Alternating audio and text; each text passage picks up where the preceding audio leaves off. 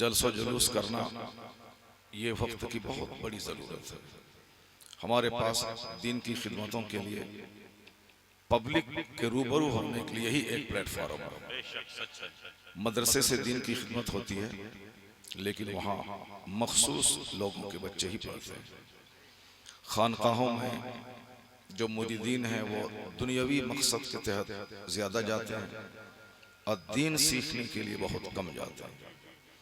तो खानकाहें एक रस्मी तौर पर खाने पीने और लंगर बांटने का एक जरिया रह गई, हालांकि वह दीन की खिदमत का एक बहुत बड़ा जरिया थी। मदरसे में आप जाते नहीं, खानकाहों में दीन सीखने आप जाते नहीं, मस्जिद में जुमा का खिताब दीन की खिदमत का एक बहुत बड़ा जरिया है। लेकिन चूंकि अइम्मा कराम की सुस्ती और लापरवाही और पब्लिक की आदमी दिलचस्पी की वजह से उस खुतबे जुमा का भी वजन धीरे धीरे कमज़ोर होता जा रहा है। वरना दूसरी कौमों में जो बेराह रवी है उसकी वजह यह है कि वहाँ उपदेश नहीं, वहाँ समझाना नहीं। मुसलमानों में उसके मुकाबले में बेराह रवी कुछ कम है, इसलिए कि हर जुमा के दिन खुतबा फ़र्ज है। उसी फ़र्ज खुतबा की वजह से बहुत सारी बुराइयों से मुस्लिम समाज महफूज है। चूँकि हर जुमा को इसे समझाया जाता है और दीन सिखाया जाता है और कहा जाता है इन्नल्लाह यअमुरु बिल अदल वल इहसान व ईताइ ज़िल कुर्बा व यनहा अनिल फ़हशाइ वल मुनकर वल बग़य। ये जुमा का खिताब और ईदैन का खिताब मुस्लिम सोसाइटी को कंट्रोल में रखने के लिए बहुत इम्पोर्टेंट रोल अदा करता है। इसलिए कोई दूसरी नमाज बगैर खुतबा के हो जाएगी, मगर जुमा की नमाज बगैर वाज़ो नसीहत के नहीं होगी। चूँकि जिस तरह नमाज के लिए वज़ू करना फ़र्ज है, उसी तरह जुमा की नमाज के लिए खुतबा फ़र्ज है, उसके बगैर नमाज ही नहीं होगी। और आज 1500 साल से नफ्स शैतान की शरारत के बावजूद जो मुस्लिम सोसाइटी कंट्रोल में है, सिर्फ इसलिए कि एक जुमा को नसीहत का जो पानी इसे पहुंचाया जाता है वो थोड़ा सूखने भी नहीं पाता है कि अगले जुमा को फिर पानी डालकर दिल की जिंदगी का सामान हो जाता है।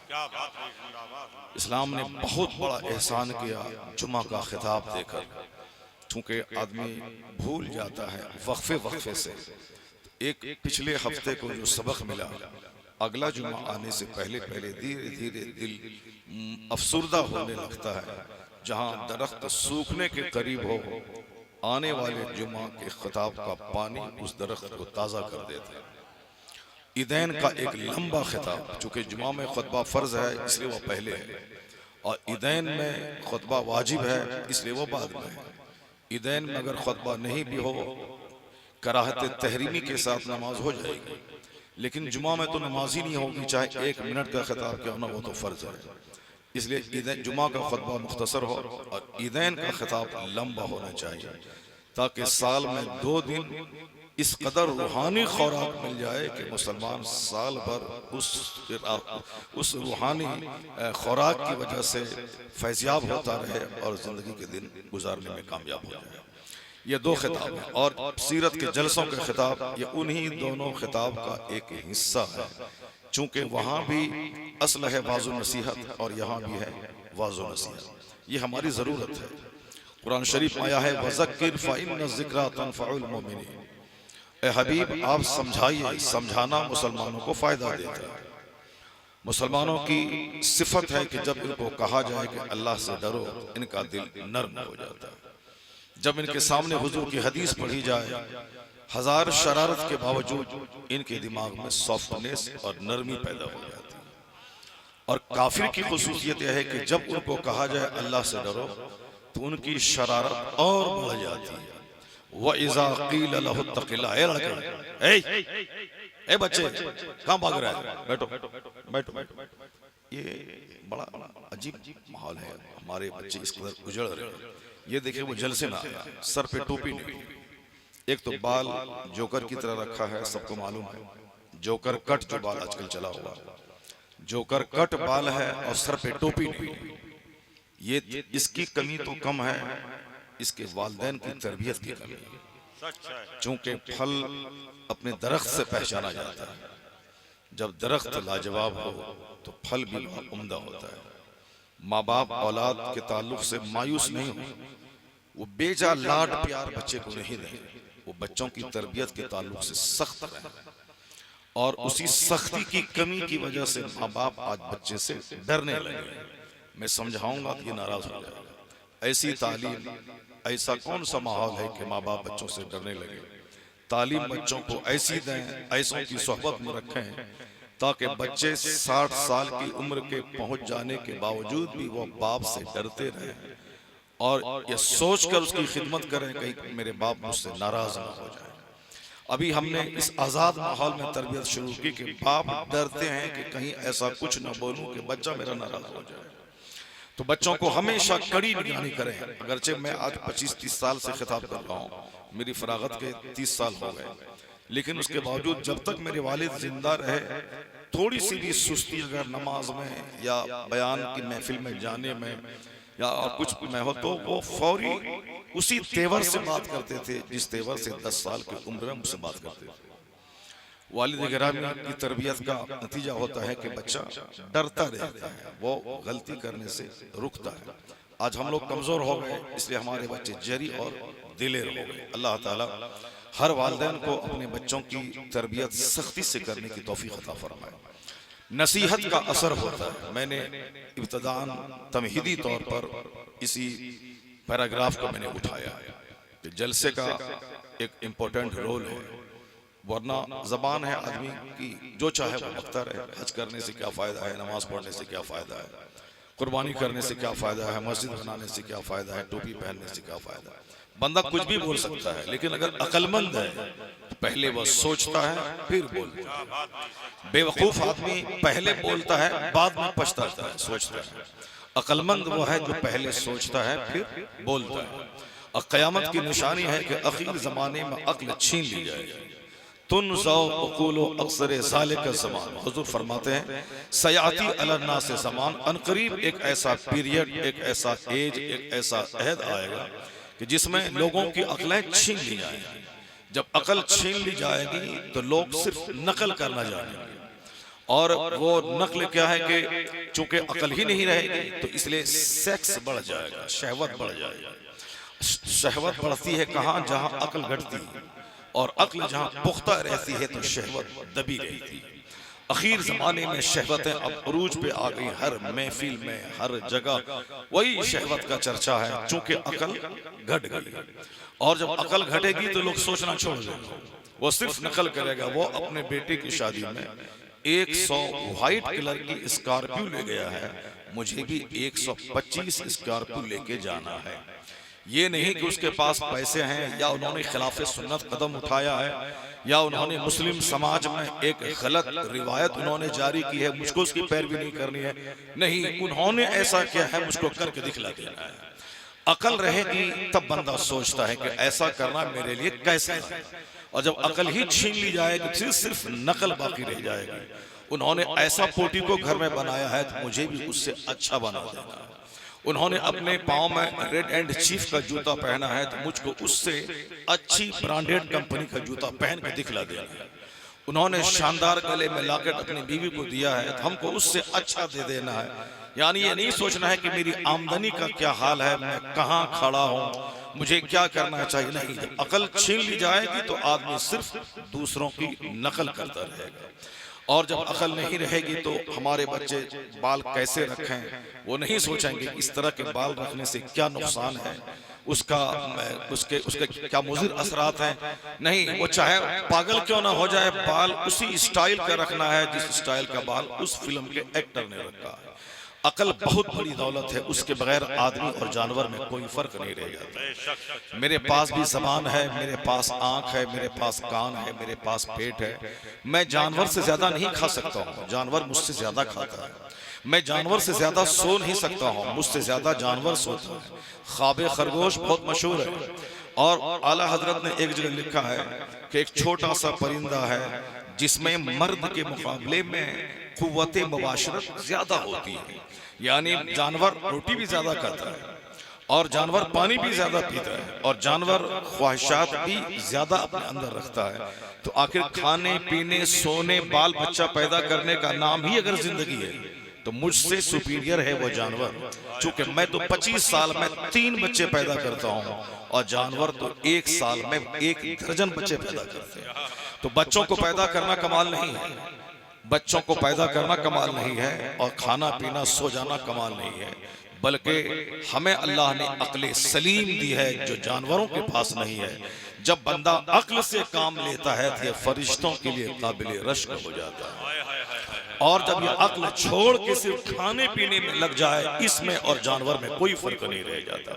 तो आदमी कैसे रहेगा उसके लिए समझाना जरूरी है, वाज़ो नसीहत जरूरी है, उसको समझाना जरूरी है। चूंकि आदमी की अक्ल बनी ही इस तरह है कि इसमें कोई चीज ज्यादा देर तक टिक नहीं पाती, ना ख्याल टिक पाता है, ना बुरे वसवसे टिक पाते हैं। एक झोंका आया चला गया, अच्छी बात दिमाग में आई चली गई, फिर दूसरी बात आई चली गई।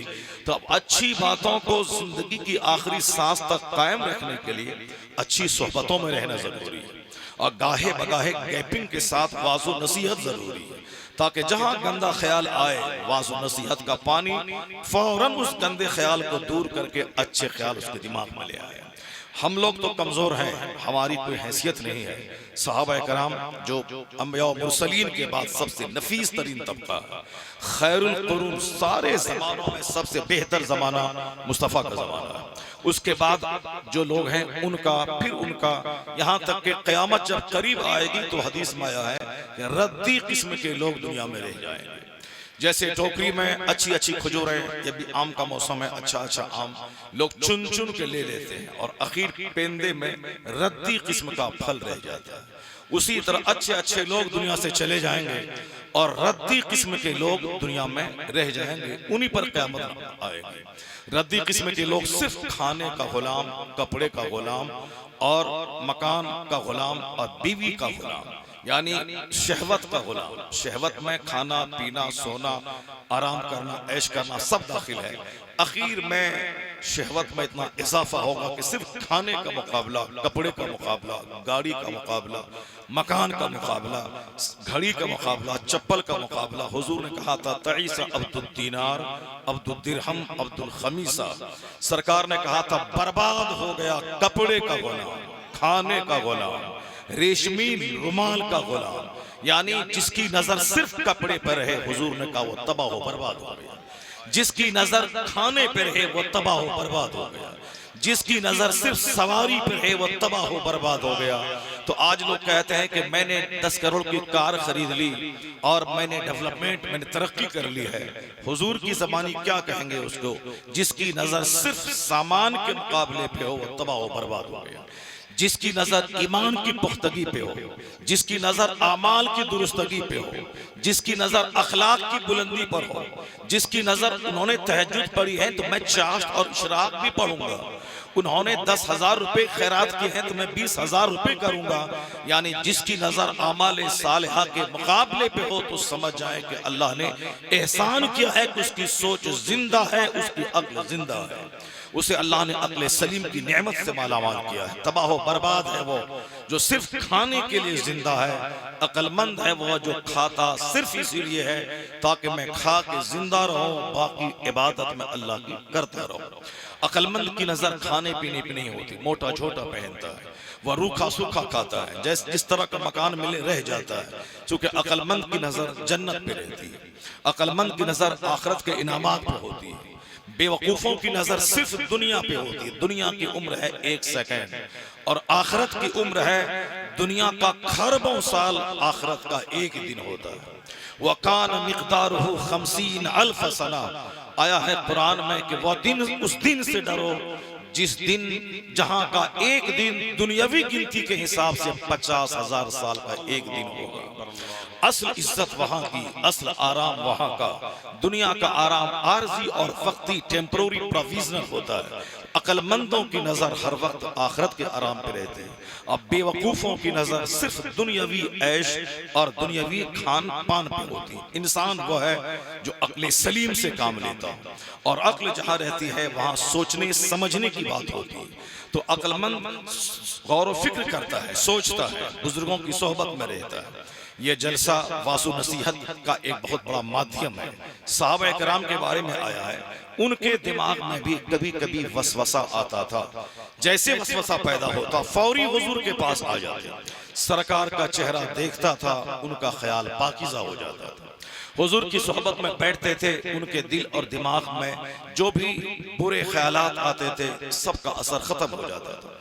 एक बार एक सहाबी रसूल दौड़ते हुए आए, कहा कि मैं जाता हूं सरकार के पास, चूंकि जब हुजूर के पास बैठता हूं मेरे रोंगटे खड़े हो जाते हैं, मैं आखिरत रुखी इंसान बन जाता हूं। मुझको लगता है कि बाल बच्चे घर मकान कुछ नहीं है, लेकिन जैसे ही मैं हुजूर की महफिल से उठ के अपने कारोबार में लग जाता हूं वो कैफियत नहीं रह पाती है। कहीं मैं मुनाफिक तो नहीं हो गया कि हुजूर के पास रहता हूं तो दीनदारी रहती है और घर में आ जाता हूं तो वो कैफियत बदल जाती है। कहीं मैं मुनाफिक तो नहीं हो गया। वो दौड़े दौड़े सरकार के पास आने लगे, जो कि मुनाफिकत बहुत परले दर्जे की बदअमली है। मुनाफिकत इन्नल मुनाफिकीन फी दरकिल अस्फल मिनन नार, मुनाफिक जहन्नम के सबसे निचले हिस्से में होगा। मुनाफिक वो जो जुल वजहैन हो, दो रुखा हो, हमारे सामने एक चेहरा लेके आए, आपके सामने दूसरा चेहरा लेके जाए। मुनाफिक वो है जो ज़बान पे कुछ रखे और दिल में कुछ रखे। मुनाफिक वही हकीकी मुनाफिक वो है जो ईमान के ताल्लुक से दूर रखता हो, और उसकी नकली मुनाफिक वो है जो अमाल के एतबार से दो रुखापन इख्तियार करता हो। और आजकल ऐसे मुनाफिकीन की तादाद बढ़ रही है कि ज़बान पे कुछ है और दिल में कुछ है और चेहरा अलग अलग होता है। मेरे सामने का चेहरा कुछ और दूसरों के सामने का चेहरा कुछ होता है। वो सहाबी कहने लगे कहीं मैं मुनाफिक तो नहीं हो गया कि हुजूर के सामने रहता हूं तो दिल नर्म रहता है, डोंगटे खड़े रहते हैं, मैं ऐसा लगता है कि मैं जन्नत को देख रहा हूं, और जैसे ही लौट के वहां से घर आता हूं, बाल बच्चों में रहता हूं, खेती बाड़ी में लग जाता हूं, वो कैफियत नहीं रह पाती है नरमी वाली। कारोबार में लगने की वजह से कारोबार की तरफ कंसंट्रेट हो जाता है मेरा दिमाग।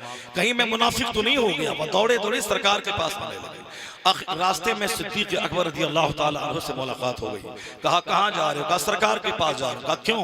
कहा ऐसा लगता है कि मैं मुनाफिक हो गया, सामने कुछ रहता है, बाल बच्चों में आता हूं तो कुछ कैफियत हो जाती है। सिद्दीक़ अकबर कहते हैं चलो चलो ये कैफियत तो मेरी भी रहती है, मैं भी सरकार से पूछ लेता हूँ। अफज़लुल बशर बादल अंबिया, जो लोग कहते हैं कितनी तकरीर सुनो, जो लोग कहते हैं कितना वाज सुनो, कितने जलसे में जाओ, कितनी तकरीर सुनो, वही एक नमाज, वही एक रोजे की बात तो होगी।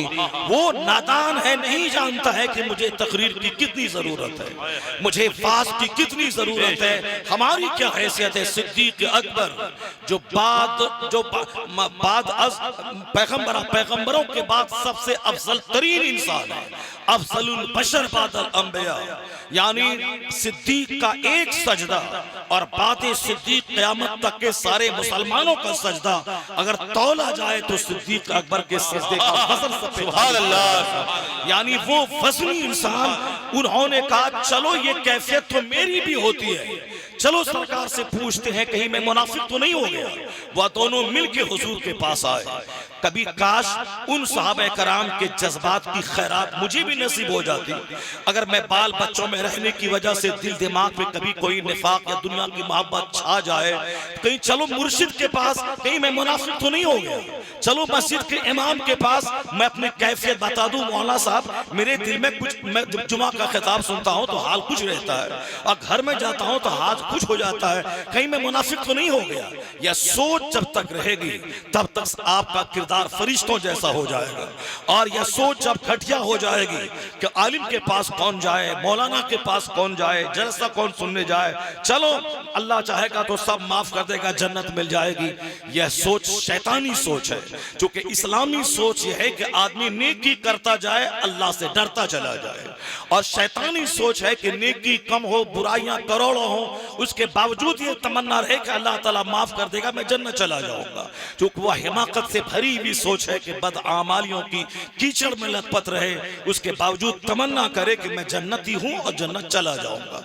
अक्लमंद है वो जो नेकी करता रहे और डरता रहे। जैसे सिद्दीक अकबर ने कहा, चलो ये कैफियत तो मेरी भी होती है, सरकार से पूछ लेता हूं कहीं मैं भी मुनाफिक तो नहीं हो गया। वह दोनों आए, सरकार के सामने अपनी दिल की कैफियत उन्होंने रखी। हुजूर ने कहा, जो कैफियत मेरे सामने तेरी रहती है, अगर ये कैफियत हमेशा रहे तो रास्ता चलते फरिश्ते तुझसे मुसाफा करेंगे। यानी जो बात मेरी गुफ्तगू सुनते वक्त तेरी हालत रहती है, अगर ये हालत हमेशा रहे तो तुझसे रास्ता चलते तेरे बिस्तर पर फरिश्ते तुझसे मुसाफा करेंगे। क्या मतलब? उस कैफियत का हमेशा रहना जरूरी नहीं है। और ये बात दिल में पैदा हो जाना कि कहीं मैं मुनाफिक तो नहीं हो गया, चलो सरकार से दरियाफ्त कर लें, यह इस बात की दलील है कि तेरा ईमान पुख्ता है, तेरा अमल अच्छा है। बेशक। नारे तकबीर, नारे रिसालत, मसलके आला हजरत। तब ना तेरे दिल में बात आई कि चलो तेरा पूछते हैं कि इस हालत में उस हालत में जो फर्क है, आखिर कहीं मुनाफिकत की कैफियत तो नहीं बन रही है, या इसमें अल्लाह का डर दाखिल है, खशियत इलाही दाखिल है। इसलिए जब भी दिमाग में कोई बुराई का ख्याल आए, फौरी आलिमों की तरफ, नेक महफिलों की तरफ रुजू करना चाहिए। एक सहाबी, वो भी इंसान थे, उन्होंने जनाब बिलाल को, चाहे गलती से हो या लाशऊरी में हो या जबान बेख्याली में हो, जबान से निकल गया एक जुमला।